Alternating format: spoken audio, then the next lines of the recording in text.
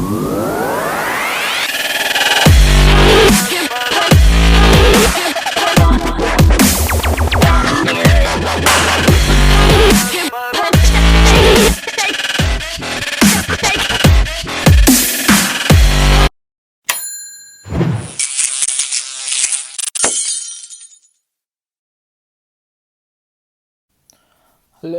and welcome back to the channel. So today we are going to create a runtime analyzer. So from the past 3 or 4 videos we have been implementing different sorting algorithms. So this runtime analyzer will take all those algorithms and time it. By this we will know which algorithm is taking the most time and by how much. And I'm more interested in comparing merge sort and quicksort because those are the two fastest algorithms. So I'm really excited to see which one performs better in a given set of input. So let's head back to our IDE and code this thing. See you there. Quickly head back to our IDE, and this is where we left off last time. We implemented quicksort. So today we will implement a runtime analyzer, and we are going to do it TDD way. Command Shift T, create a test class. So the first thing that I want to make sure that analyzer should have all of the sorting algorithm beforehand so that it can just start its computation. So runtime analyzer. So we'll set up a before each block. So this block will run before every test case. Runtime analyzer, and we will pass it a list of all the sorting algorithms that we have implemented before. So starting with selection sort, then insertion sort,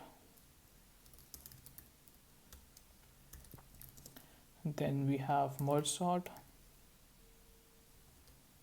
and quicksort.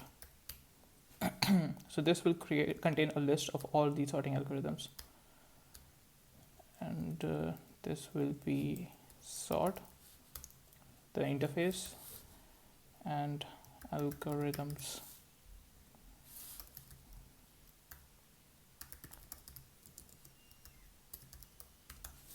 And I'll create this as a field in this class.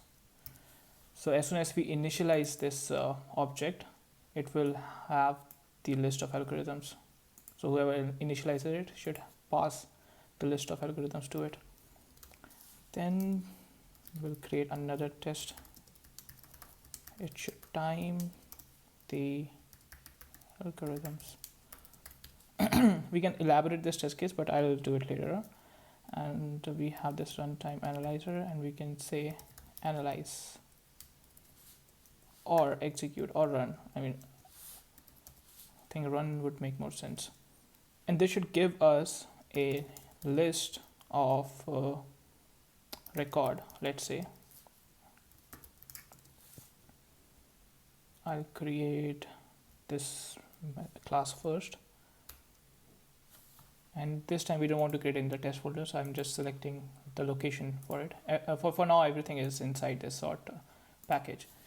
Cool. So this record will have two fields. So first of all, we need the name of the algorithm on which it is working on. Then the next we need the time lapsed in millis. Okay, and okay, if I had Lombok, okay, but I don't think I have that Lombok dependency yet. So I'll quickly head back to the browser, type Lombok or project Lombok, go there, download, install using Gradle, and copy this block or just this one, and head back to the build.gradle. I'll paste it here, rebuild the project, and this dependency should be available to me. Now I'll head back to my record class. Now I'll do @data generation. So data will give me getters and setters for this these properties. I don't have to create it myself now. And if I want to create an immutable object, then I can do @value. So now nobody can set the values from outside. It will only be created at the time of initialization, and you cannot change it later on. So let's go with value for now.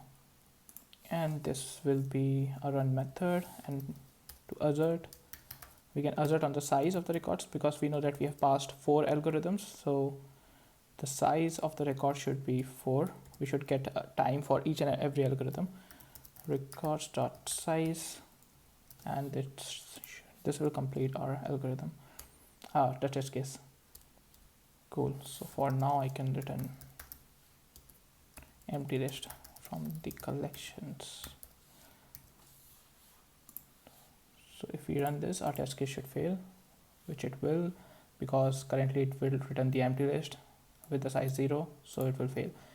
Now let's go to the run method and write the implementation for this. Okay, so here what we want to do is we want to iterate over these algorithms, and then we want to map each of this algorithm with their runtime.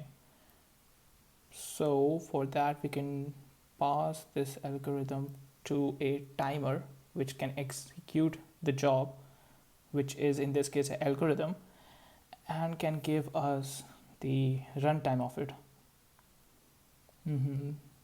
Cool. So let's do that.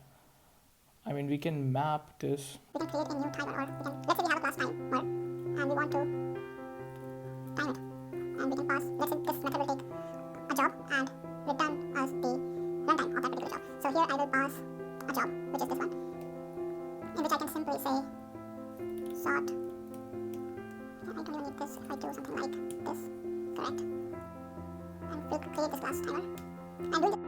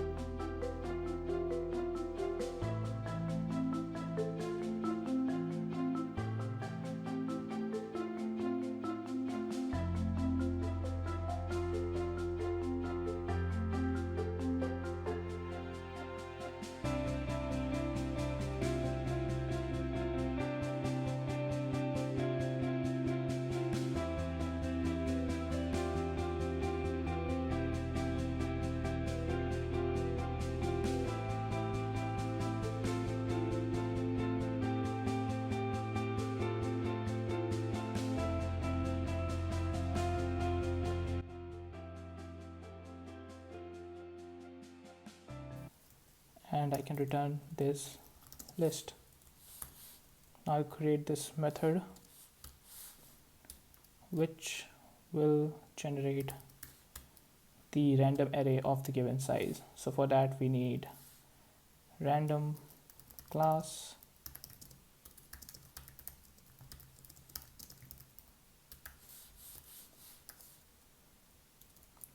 here. We can generate random array in a given size, let's say 1000.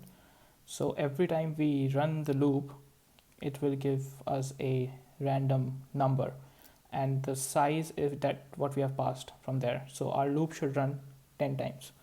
So int stream range from 0 to whatever size we have here, and then map to object. Which object? Random object. So ran dot next int, and the bound should be 1000. It should not be more than 1000 for now. Let's keep it simple here. And this is the index. This is giving me a random number, and all I need to do is collect to list and return it. So yeah, basically it is going to return a list of integers which I want to convert into an array. So how do we convert it into array?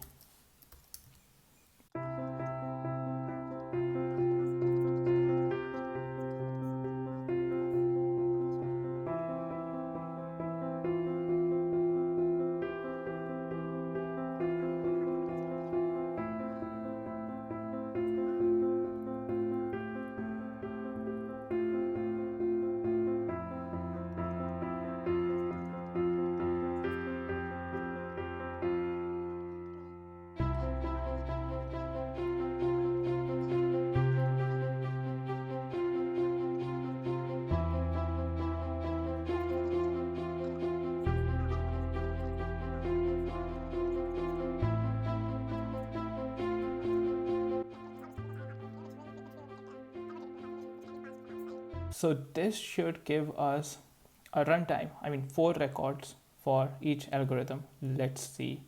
Let's run our test case, and this time it should work. Index 10 out of bounds for length 10. This is coming from our bottom up merge sort. Hey, so after a bit of debugging, I found that the error was because in the bottom up merge sort there's a bug where if the length, I had to make these changes. So now I'm restricting the pointer till length minus width. So it won't ever reach the end, because anyway we are calculating end here. And the second change that I did, that I always want to take the min value of the width basically, and it should never exceed the length of the array. So whatever the min value at that time, because I plus 2 times width might extend the end of the array in case of odd input, or I think, yep. So when we are trying to restrict it to the length of the input, and by doing that our merge sort is working again. So sorry for that, guys. There was a small bug, but I still don't know how that particular test case passed, because that was pure luck. We chose the input in a way that we never faced a situation like this. But yeah, I have fixed it now, so hopefully our runtime analyzer will work. So let's run the test case for this. And great, and this is the array which is getting generated in each iteration. So the size will be fixed, but the values inside should be random, and that's what we have done here to keep it equal spaced. We're not passing the same array to all, we're passing the same sized array to all the algorithms. And in the runtime analyzer we can do some bits. First of all, we don't need this print statement again. We can remove this and directly return what we get from here. And map to object, instead of map to object we can do map to int if we have that. Okay, we don't have that, that's why we did map to object, then map to int, and this is how we can generate array of a given size. Now we have to make it configurable. Like this 10, we don't want it to fetch from here, so we can say array length, and I'll create one variable here,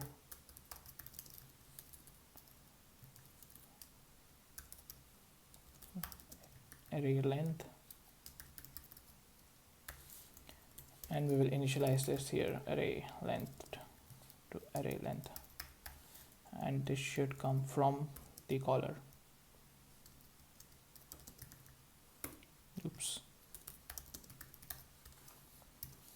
So we will have to pass this from here at the time of initializing the runtime initializer, like how much on what array size we should to run this analyzer on. So let's say 100 for now, and it should give us the result back. Now all we have to do to see what we get back, we have to print the record object values that we get in return. So we can simply do that by records dot stream collect but join by a or a line separator.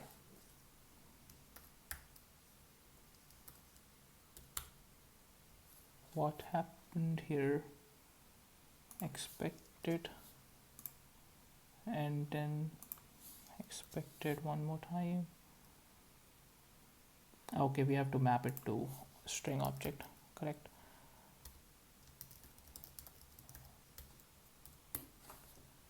And now this will print each and every record runtime. Now what? How many brackets does it expect? Cool. Now this should print us the time. So selection sort took 3 millisecond, insertion took 0 millisecond, bottom merge sort 0, quick sort 1. Let's increase the size to 1 lakh.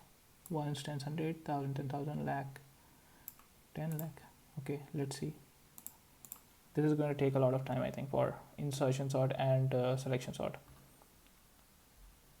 Yes, let's do it for 1 lakh input only, not 10 lakh. 1000, 10,000, 1 lakh. I mean, this is also a lot for selection sort and insertion sort, because the complexity is n square, and which with every zero it increases square in square time. Great, so now we have the results back.